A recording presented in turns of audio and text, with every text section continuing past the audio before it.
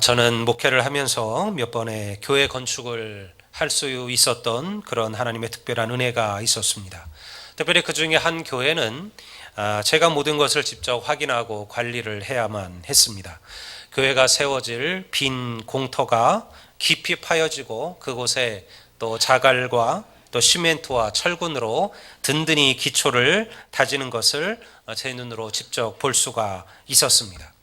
우리 모두는 대부분 다 지어놓은 집에 사람만 봤지 내가 지금 살고 있는 집이 어떻게 그 터를 닦고 그리고 기초를 세우고 뼈대를 만들고 그리고 살을 붙여가는지를 사실은 제대로 본 적이 별로 없으리라 생각을 합니다. 근데 제가 교회 건축을 하면서 정말 중요한 영적 진리 하나를 발견했어요. 그것이 무엇이냐면 아무리 거대한 건물도 몇백 층의 높이를 자랑하는 현대 마천루들도 결국 그 기초를 어떻게 세우느냐에 그곳으로부터 시작된다라는 것이죠. 기초를 든든히 세우지 못한 건물은요, 결국 오래가지 않아서 무너져 버리거나 혹은 심각한 문제가 발생하기 마련이에요. 우리는 우리나라의 역사를 통해서 우리나라의 예를 들어 너무나 그런 것들을 많이 봤죠. 삼풍백화점이 무너지고 성수대교가 떨어지고요. 다 하나같이 그 기초가 잘못되어졌기 때문에 그렇습니다. 제가 왜 이 말을 하느냐? 우리의 믿음도 비슷하다라는 거예요. 얼마나 기초를 잘 세워가느냐, 이게 중요하다라는 것입니다. 신앙생활이란 잘 다져진 기초 위에 믿음의 집을 지어가는 그런 과정이죠. 그렇다면 성경에서 말하는 바로 이 기초가 무엇일까요? 어느 날 예수님께서 한 낮은 언덕에 올라가셔서 자신을 따르는 무리들과 그리고 제자들을 앉혀놓고 하나님의 나라의 백성으로 살아가는 법을 가르치셨습니다. 산상수훈이라 불리는 이 가르침 속에는 하나님 나라의 합당한 백성들이 그들의 삶이 무엇인가가 이 말씀 속에 기록되어져 있어요. 원수를 사랑하라 하셨습니다.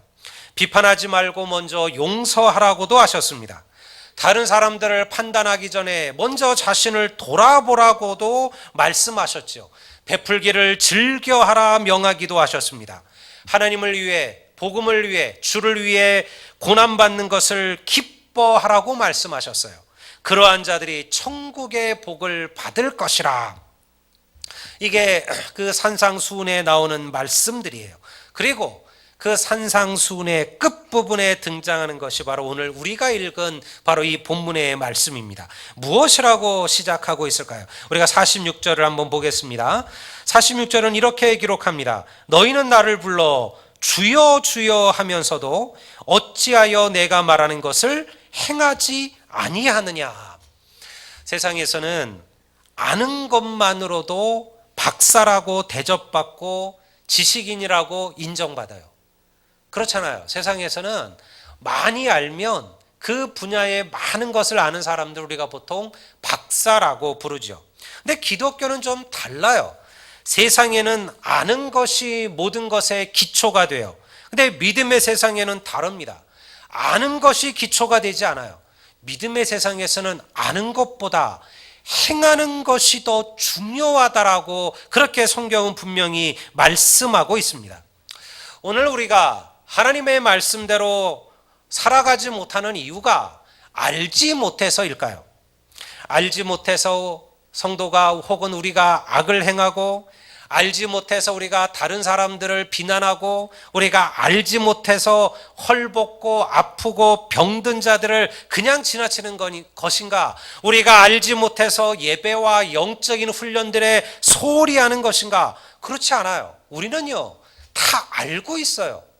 우리가 무엇이 중요하고 우리가 무엇을 행해야 되며 어떻게 살아야 되며 어떻게 그리고 삶에 자기의 가치를 두는 것이 옳은지를 우리는 이미 다 알고 있죠. 문제는요, 항상 이 행함에 있다라는 거예요. 우리가 예수님을 주로 부른다라는 것은 무슨 의미인가요? 그거는 그분의 말씀대로 살고 행하겠다라는 고백이에요. 주라는 단어는요, 보통 예수님 시절에 노예들이 자기의 주인들을 부르는 말이에요. 주인들을 말. 로드라 그러죠. 로드. 우리 헬라어로는 퀴리오스라고 부르기도 합니다. 이거는 주인이라는 뜻이에요.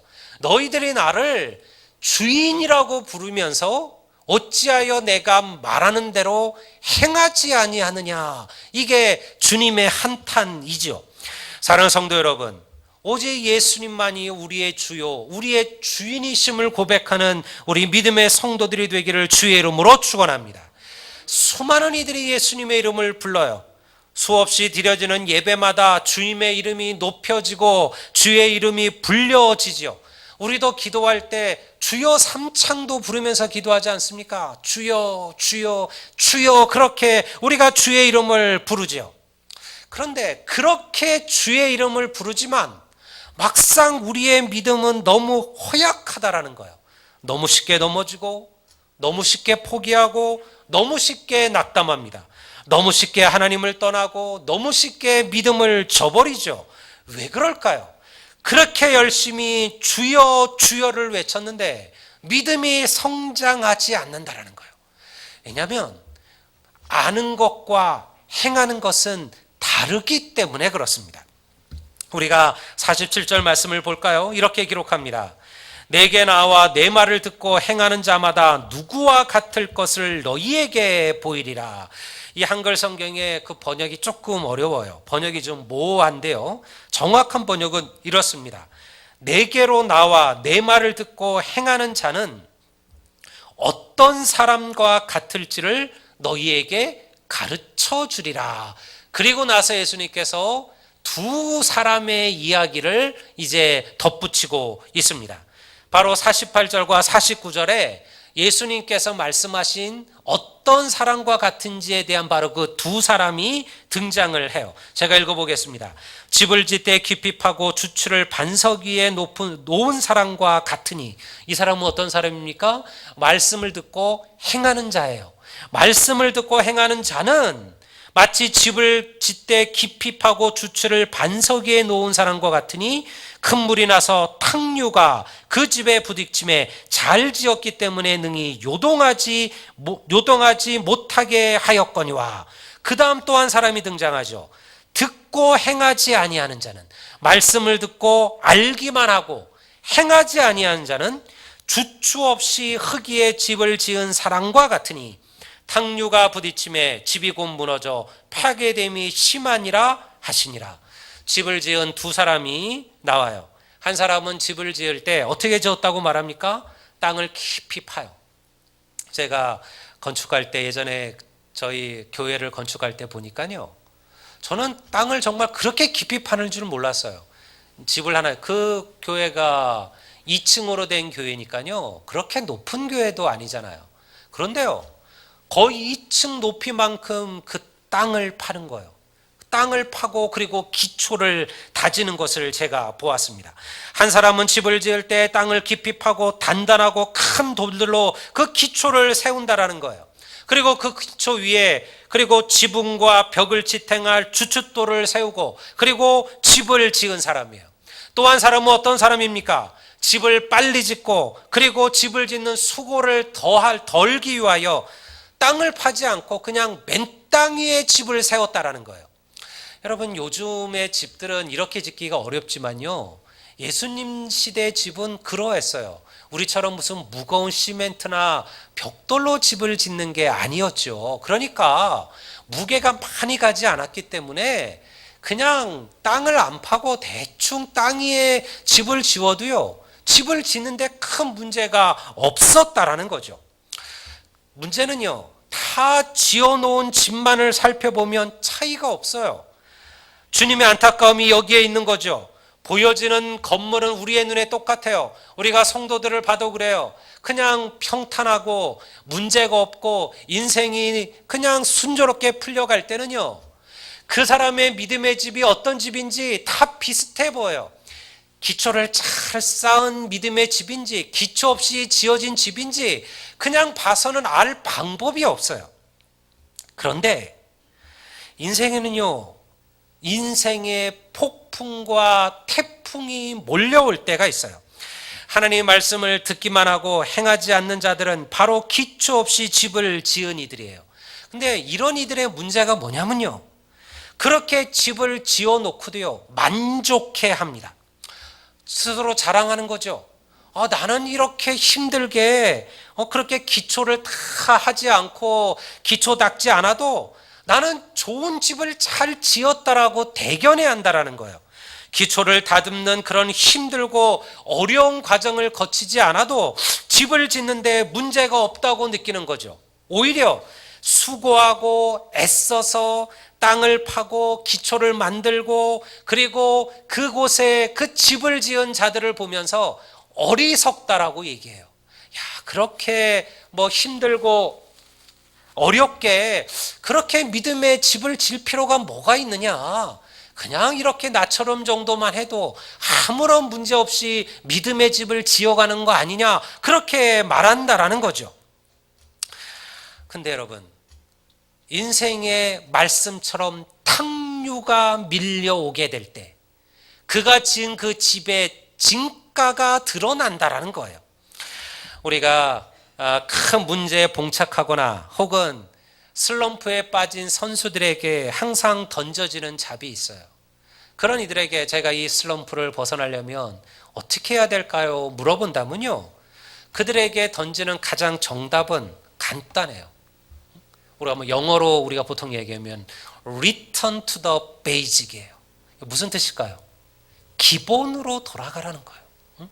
슬럼프에 빠진 사람에게 매일 3할 치던 타자가 갑자기 1할도 못 치는 타자가 됐어요.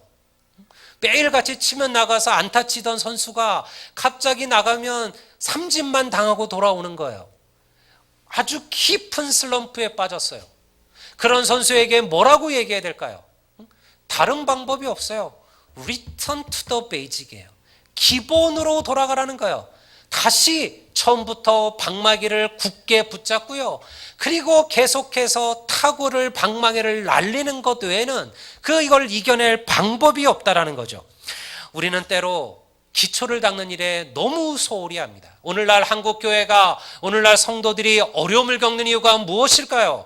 기초를 제대로 닦지 않은 거죠. 왜냐하면 우리는요, 이게 눈에 보이지 않는다고 생각하는 거예요. 눈에 보이지 않는 이 기초를 닦는 일에 내가 이렇게 열심을 내고 수고할 필요가 있는가라고 사람들은 생각합니다. 좀 더 쉽게 믿음의 길을 걸어가고 좀 더 편하게 예수 믿으면 안 되는가라는 그런 유혹에 빠지게 마련이에요.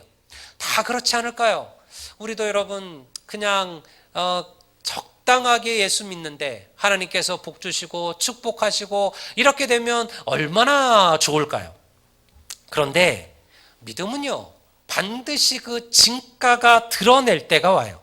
우리가 48절에 보면 큰 물이 나고 탕류가 그 집에 부딪힘에, 홍수가 나고 큰 바람이 불면 그 사람의 집이 어떤 기초 위에 지어졌는지가 판가름 난다라는 거예요.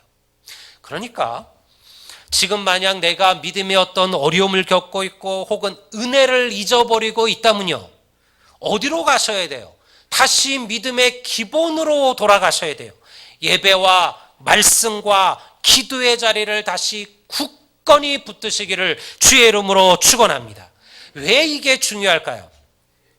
예수님 당시 팔레스타인은 비가 풍족한 땅은 아니에요. 우리처럼 비가 많이 내리는 곳이 아니죠. 그런데 한 번 비가 오면 무섭게 쏟아지는 시기들이 있어요. 마치 우기처럼요.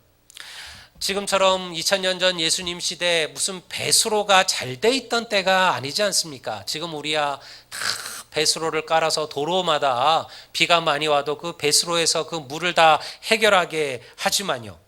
그러나 그 당시 2000년 전에는 그런 시대가 아니었습니다. 멀쩡한 평지가요, 한순간에 급류가 흘러가는 수로처럼 변하는 것이 바로 그 당시였어요. 그러니까 그때가 되면 그 집의 진가가 드러난다는 거예요. 처음에는 여기에 세운 집이나 이쪽에 세운 집이나 보기에는 똑같아요. 아무런 차이가 없어 보여요. 그런데 땅을 깊이 파고 든든한 반석 위에 지어놓은 집들은요, 그 탕류가 그 급하고 그 거친 물결들이 휩쓸고 지나갈 때 그 어려움을, 그 물결들을 능히 견디어 내더라는 거예요. 그런데 기초 없이 땅 위에 성급하게 지은 집들은요, 여지없이 그 물결에 쓸려가고 무너져 버리게 되더라는 겁니다. 믿음은요, 반드시 이러한 경륜을 만나게 되어져 있어요. 여러분, 누구의 삶에든 모진 시련과 바람은 찾아오게 마련이죠. 혹은 유혹과 시련들이 우리를 흔들 때가 온다는 거예요. 그때 여러분이 지은 믿음의 집의 진가가 드러나게 마련이에요. 내가 든든한 기초 위에 내 믿음의 집이 지어져 있는지, 혹은 내가 기초 없이 세운 믿음의 집인지가 그때가 되면 다 드러난다라는 거죠. 그렇게 믿음 좋아 보이던 이들이 어느 한순간에 그 시험에 무너지고 쓰러지는 것을 저는 수없이 보았어요. 또 어떤 이들은요, 말씀을 붙들고 말씀을 행하며 그렇게 살아가던 이들은 그 어려움 순간들을 능히 이겨내는 것도 보았습니다. 아주 평탄한, 그리고 평온한 온실이 아니라 비바람치고 눈보라치는 들판에 서보면 그 사람의 믿음의 그 진가가, 그 가치가 드러나게 된다는 거예요. 그러니요, 우리는 자꾸 아는 것을 우리의 믿음의 기초라고 생각하는 거예요. 내가 이만큼 알고 있으니까 나는 좋은 믿음의 집을 지었을 것이라 그렇게 착각하는 거죠. 아니에요. 성경은요, 아는 것이 아니라 행하는 것이 믿음의 집의 기초라 그렇게 말하는 거죠. 말씀을 아는 데서 끝내지 말고 그것을 내 삶에서 실천하고 행하는 것이 바로 믿음의 털을 다지는 거예요. 듣고 아는 말씀이, 그리고 그 말씀이 삶에서 행함으로 나타나게 될 때 여러분의 믿음의 집의 그 기초가 든든히 세워지게 될 줄을 믿습니다. 그러면 어떻게 하면 우리의 믿음이 아는 것을 넘어 행함으로 나아갈 수가 있을까요? 예수 믿는 거를 목사님 설교만 들으면 참 예수 믿는 게 쉬운 것 같아요. 뭐 그렇게 하면 될 것 같은데요. 이게 안 되잖아요. 이게 이렇게 하는 게 맞는데 설교 한번 듣고 내가 그렇게 다 행하고 살 수 있다 그러면 얼마나 예수 믿는 게 쉽겠습니까? 근데 이게 뜻대로 되지가 않아요. 행함이 중요하다. 왜 우리가 모를까요? 근데 막상 우리가 그렇게 살려면 왜 힘들까요? 여호수아서 1장 8절 말씀은요, 가나안 땅 정복을 앞에 두고 두려움에 떨고 있던 여호수아에게 하나님께서 나타나셔서 그를 위로하고 권면하며 주신 말씀이에요. 그가 이렇게 살면 내가 너와 함께 할 것이라, 네가 두려워하고 걱정할 필요 없다, 그렇게 말씀하신 말씀이에요. 무슨 말씀일까요? 이 짧은 구절에 아주 중요한 진리가 숨겨져 있어요. 8절 말씀이에요. 한번 다 같이 한번 읽어보겠습니다. 다 같이. 이 율법책을 내 입에서 떠나지 말게 하며 주야로 그것을 묵상하여 그 안에 기록된 대로 다 지켜 행하라. 그리하면 내 길이 평탄하게 될 것이며 내가 형통하리라. 하나님께서 여호수아에게 명하신 것이 무엇이냐면, 첫 번째, 말씀을 내 입에서 떠나지 말게 하라. 이게 첫 번째예요. 이제 오합지졸 히브리인들, 이스라엘 백성들을 끌고 이제 가나안 접경에 딱 서 있는 거예요. 요단강만 딱 넘으면 이제 여리고 성이에요. 그리고 이제 치열한 전쟁 속에 들어가야 돼요. 근데 무기도 없고 전략도 없고 군대도 없는 정말 오합지졸과 같은 이스라엘의 군대예요. 그들을 데리고 지금 여호수아가 얼마나 염려하고 얼마나 걱정했을까요? 근데 주님께서 나타나셔서, 야, 내가 너에게 이제 전략과 전술을 가르치겠다.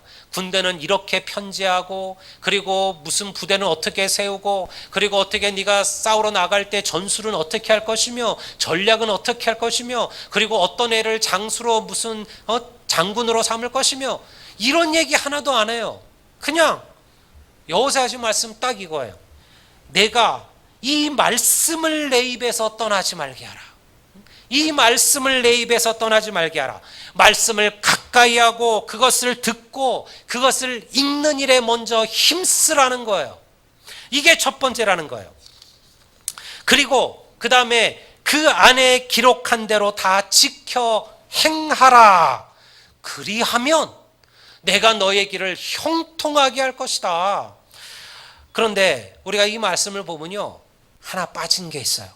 바로 우리가 아는 것과 행하는 사이에 빠져있는 한 가지가 있다는 거예요. 그게 뭐냐면 바로 묵상이에요. 듣고 읽은 말씀이 행함으로 나타나려면요, 뭐가 필요하냐면 말씀의 묵상이 필요해요. 주야로 그것을 묵상하여. 이게 여호수아에게 하신 하나님의 말씀이죠. 이 율법책을 내 입에서 떠나지 말게 하라. 그러니까 그 말씀을 항상 듣고 읽으라는 거죠. 그리고 그 다음에 무엇을 해라? 그것을 주야로 밤낮으로 그 하나님의 말씀을 묵상하라는 거예요. 그렇게 되면 어떻게 할 수 있다? 그 말씀대로 행할 수 있다라고 가르치는 거예요. 오늘 우리 성도들에게 필요한 것이 무엇일까요? 바로 이 말씀을 묵상하는 거예요. 아는 것이야 뭐가 부족할까요? 여러분들 주일날 와서 목사의 설교를 듣죠. 뭐 제 설교만 듣겠습니까? 열심히 있는 성도들은 유튜브를 통해서 수많은 목회자들의 설교도 이제는 다 들을 수가 있어요. 여러분들 말씀 듣는 건 쉬워요. 극동방송만 틀어놔도요, 수없이 매일같이 수십 편의 목회자들의 말씀이 극동방송을 통해서 전해지고 있죠. CBS도 마찬가지고요. 어디서든 우리가 주의 말씀을 들을 수 있어요. 근데 그 듣는 말씀이 우리의 삶의 행함으로 나타나려면 듣는 데서 끝나면 안 된다는 거예요. 그 말씀을 반드시 묵상하셔야 돼요. 묵상이라는 게 무엇일까요? 묵상은요, 내게 주신 하나님의 말씀을 내 것으로 만들기 위하여 그 말씀의 의미를 깊이 음미하는 거예요. 이 말씀의 뜻이 무엇일까? 왜 하나님께서 내게 이 말씀을 주었을까? 이 말씀이 품고 있는 의미가 무엇일까? 이 말씀을 통해 하나님께서 내게 말씀하시는 것이 무엇일까? 나에게 깨닫게 하시는 것이 무엇일까? 내가 이 말씀을 어떻게 내 삶에 적용해야 될 것인가? 이게 말씀의 묵상들이에요. 묵상을 통해서 내가 머리로 아는 말씀이 내 영혼 깊이 각인이 되는 거예요. 이게 말씀의 묵상이죠. 우리가 히브리서 4장 12절을 한번 보겠습니다. 뭐라고 얘기합니까? 하나님의 말씀은 살아있고 활력이 있어 좌우의 날선 어떤 검보다 예리하여 혼과 영과 및 관절과 고수를 찔러 쪼개기까지 하며 또 마음의 생각과 뜻을 판단하나니. 이게 하나님의 말씀의 능력이죠. 하나님의 말씀을 묵상하는 훈련을 시작하면 그 말씀이 우리의 생각과 우리의 삶을 변화시킬 줄을 믿습니다. 저는 오늘 교회와 오늘 성도들의 삶의 영적인 어려움들, 시련들, 조그만 고난에도 우리가 견디지 못하고 넘어지는 것들, 그 모든 문제가 여기에 있다고 생각해요. 우리가 주의 말씀을 묵상하지 않는 거예요. 그냥 듣는 것에서 끝나는 거예요. 오늘날 주일날 주일 예배에 오셔서 목사의 설교를 듣고 나서 어떤 이들은 그 설교가 좋았다, 어떤 이들은 설교가 별로였다, 어떤 이들은 뭐 그 설교가 어쨌다, 그리고 돌아가는 거예요. 그리고 끝이에요. 그 말씀을 내 삶에 새기고 그 말씀을 묵상하고 그 말씀을 깊이 기억하지 않는다라는 거예요. 그것을 내게 주신 주의 말씀으로 생각하지 않는다라는 거죠. 그러니까요, 삶의 변화가 시작되지 않는 거예요. 하나님의 말씀이 살아있어야 그 말씀이 우리의 혼과 영과 관절을 찔러 쪼개고 우리의 마음과 우리의 생각을 판단하시고 변화시키는데요. 내가 말씀 묵상을 통해서 끊임없이 내 안에 내 영혼 속에 말씀을 간직하지 않기 때문에 아는 것이 행함으로 바뀌지 않는다라는 거예요. 여러분, 우리는 예배의 생명을 거래하는 것이 하나님의 뜻임을 알고 있습니다. 기도와 말씀의 삶을 살아야 한다는 것도 주의 명령임을 알고 있죠. 사랑과 용서와 헌신의 삶이 중요하다는 것도 우리 모두는 다 알고 있습니다. 그럼에도 행하지 못하고 있는 것은 우리가 말씀을 듣기만 했지 그 말씀을 우리가 묵상하며 행하지 않았기 때문에 그래요. 다시 한번 제가 질문을 던져볼까요? 아는 것이 믿음일까요? 아니요. 행하는 것이 믿음이에요. 그 말씀을 묵상하고 행하는 것이 믿음이에요. 여러분들은 어떠신가요? 여러분들은 하루를 살아가며 내게 주신 말씀을 붙들고 그 말씀이 주는 은혜와 말씀을 통해 내게 부으시는 주의 뜻을 묵상하며 살고 계신가요? 우리가 12월 31일 올해 말씀 카드를 뽑으셨어요. 그날 나오신 분들은 그 말씀의 카드를 뽑으셨어요. 여러분, 그 말씀 카드 어디 있으신가요? 그 말씀 카드를 매일 한 번씩이라 읽고 묵상하고 계신가요?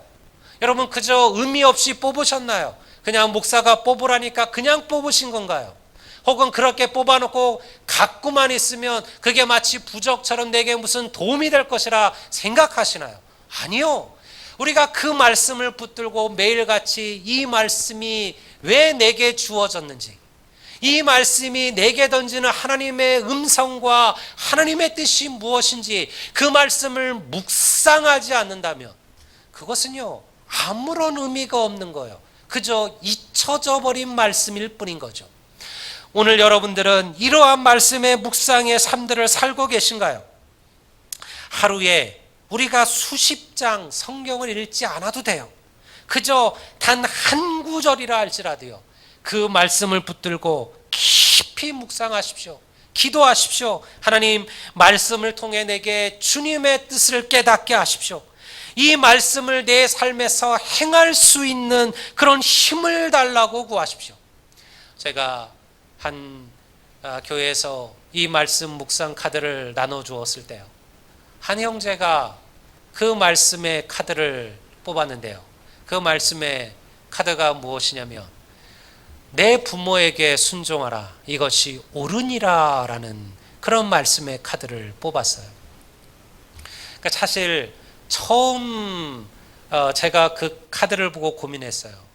이거를 누가 뽑을지 모르겠지만 어떻게 생각할까 생각했어요.